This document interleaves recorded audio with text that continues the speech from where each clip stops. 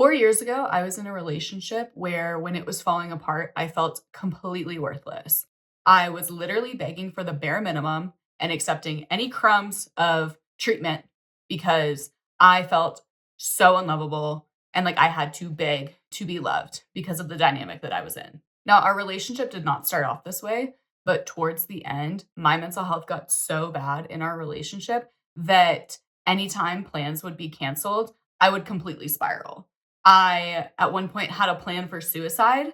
I felt so worthless, so alone, so invisible and unseen because I was trapped in this anxious and avoidant dating pattern. Now, our relationship did not start off this way. It started off very hot and heavy, very intense. In hindsight, lots of love bombing, but we had planned our entire future together. Me and this guy had named our future kids. We had picked out rings. And in less than a month, our entire relationship fell apart, and I learned so much from the experience. Now, I remember when we were breaking up, I made a pile of all of his things and I helped him put it in his car. And I remember sobbing and thinking to myself, how am I supposed to go on? How am I supposed to live without this person? It felt so intense, so life or death in that moment because my attachment was so strong to this person. I truly believed that I would not be okay without them. And I remember watching him drive away and dropping to the floor, like in public, watching his car drive away and falling to my knees and just sobbing and really thinking, I do not know how I'm going to go on without this person. It very much gave Noah Khan's stick season, like you drove away as if I meant nothing to you. I literally had a hyperfixation on Noah Khan's stick season after this breakup because of that moment. But anyways, I knew in that moment when my entire life was falling apart that I could not repeat this pattern, that I had to do something differently. And a lot of my relationships up until this point repeated the same pattern of towards the end feeling like I had to beg to be loved. And so what I did is I took a very intentional year off dating to uncover what was going on so that I would not repeat it. Let me tell you what I learned. A huge thing that was impactful for me in this experience was letting myself feel the grief and letting myself succumb to the waves of devastation and loss in a breakup. Because when you have anxious attachment style, like I used to, breakups are a serious threat to your nervous system. I truly felt like I was grieving somebody that had died, but it was almost worse because that person was still around and just not choosing to be with me. In the past, I usually would have jumped into another relationship or distracted myself and numbed out, but I was not interested in doing that anymore because this experience was so painful. I knew that I had to lock in and focus. Otherwise, I would repeat it again, and I was very much not willing to repeat that pain again. So I spent intentional time alone and I let myself feel the heartbreak. I leaned into it. When I felt sad, I would curl up in bed and I would let myself cry. I would put on my heartbreak playlist and I would just let myself feel it fully because I knew if I didn't, then I would carry that heartbreak and that pain into every relationship that I had going forward. During this time, I also dove very deep into my purpose and healing work. So in this breakup, I started You Are the Healer because I had a message to share and I wanted to put myself fully into something, honestly, to distract myself from the heartbreak. And there was nothing better to throw myself into than my life's purpose and my calling. So if I never went through this breakup, I literally never would have started You Are the Healer, which is crazy. So throwing yourself into something useful, something purposeful, that could be starting your own business, that could be doing a passion project, getting really invested in a hobby, doing something for you to take your mind off of the heartbreak while also giving yourself the time and space to feel it. So during this time in my life, I was a connoisseur of mental health resources, of books, of podcasts. I dove deep into not just anxious attachment, but mental health and healing and healthy relationships. I learned so much during this year of my life. And one of the things that really resonated with me was the book Attached. And something that I learned through this book that really stuck with me is over 50% of the population is securely attached. And one of the best things you can do as an anxious or avoidant, any type of insecure attachment style, the best thing you can do to break this cycle is to only date people that have secure attachment. And since I've learned this, I'm really proud to say that I have not dated anybody with any insecure attachment style since. Having a secure attachment style is such a non-negotiable for me that even if I really like somebody, if I learn that they have avoidant tendencies specifically, I'm out. And I'm out early. I do not waver on my non-negotiables. And this has helped me break this cycle is by upholding my standards.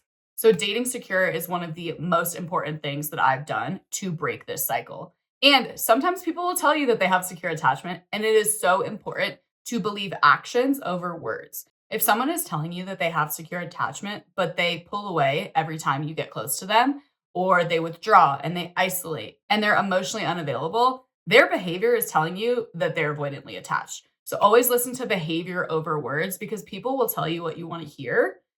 Believe their actions. Another thing that the book Attached really taught me is that because over 50% of the population is securely attached, there are plenty of people out there that have what you're looking for that will not trigger you into this anxious and avoidant cycle. Okay, over half the population is securely attached. So the main priority when you go into dating, if you have this pattern, is just to find somebody who has that secure attachment. Another thing that this book taught me, especially if you're an anxious dater, is in the beginning stages, when you have anxious attachment, you tend to really idealize one person and put this future projection of what your life is going to look like early on in dating, which for me is very unhelpful because I build such a strong attachment with somebody I don't even know.